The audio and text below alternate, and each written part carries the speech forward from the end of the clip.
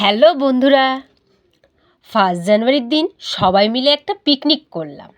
তার মধ্যে কাঠের জারে উলোনে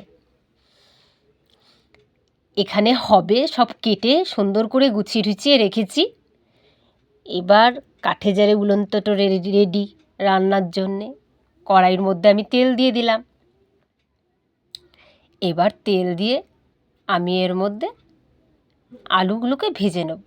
কিছু আলু না কম পড়েছিল সিদ্ধ করা, তাই জন্যে এমনি একটু আলু কেটে তেল আর নুন দিয়ে একটু তেলের মধ্যে আর একটু হলুদ একটু নুন দিয়ে আমি ভেজে নিচ্ছি। মানে 500 মতন কম পড়েছিল।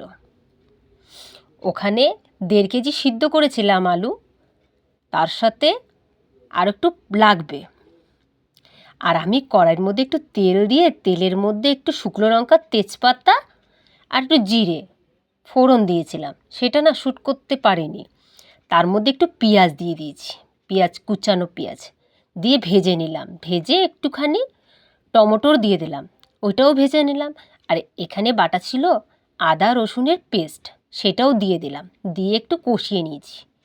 এবার একটু চিনি দিয়ে দিয়েছি। চিনি দেওয়ার পরে এখানে পরিমাণ বুঝে আমি অতগুলো আলুর দম হবে বলে পরিমাণ বুঝে বুঝে আমি মশলা দিয়েছি। এখানে জিরে দিয়েছি, তার সাথে নুন দিয়ে দিয়েছি, দিয়ে জল দিয়ে দিয়েছি। তার মধ্যে হলুদ দিলাম, প্রায় 3 চামচ মতন হলুদ দিলাম। তার মধ্যে লঙ্কার গুঁড়ি দিলাম আর কিছুটা কাঁচা লঙ্কা দিয়ে দিলাম।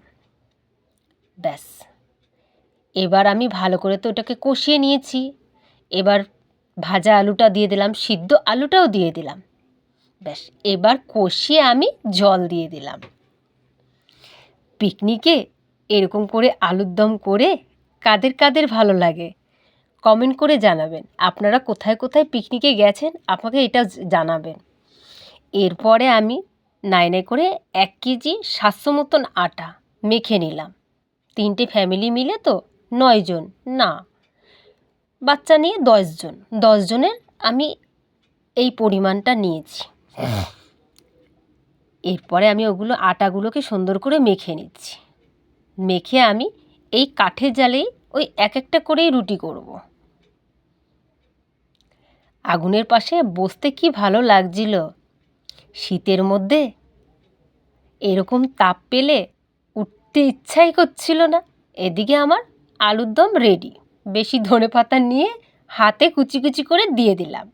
ব্যাস, হাতের সাহায্যেই ছিঁড়ে দিয়ে দিয়েছি।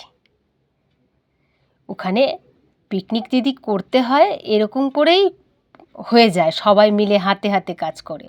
তার সাথে আমি একটা বেগুনও পুড়িয়ে নিয়েছি, তার সাথে একটা টমেটোরও। রুটিগুলো আমি এক একটা দিয়ে এরকম করে সেঁকে নিচ্ছি। আমি এমনি হাতের সাহায্যেই রুটি সেঁকি।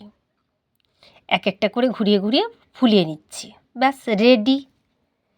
যদি ভালো লাগে একটা লাইক করে দেবে। টাটা।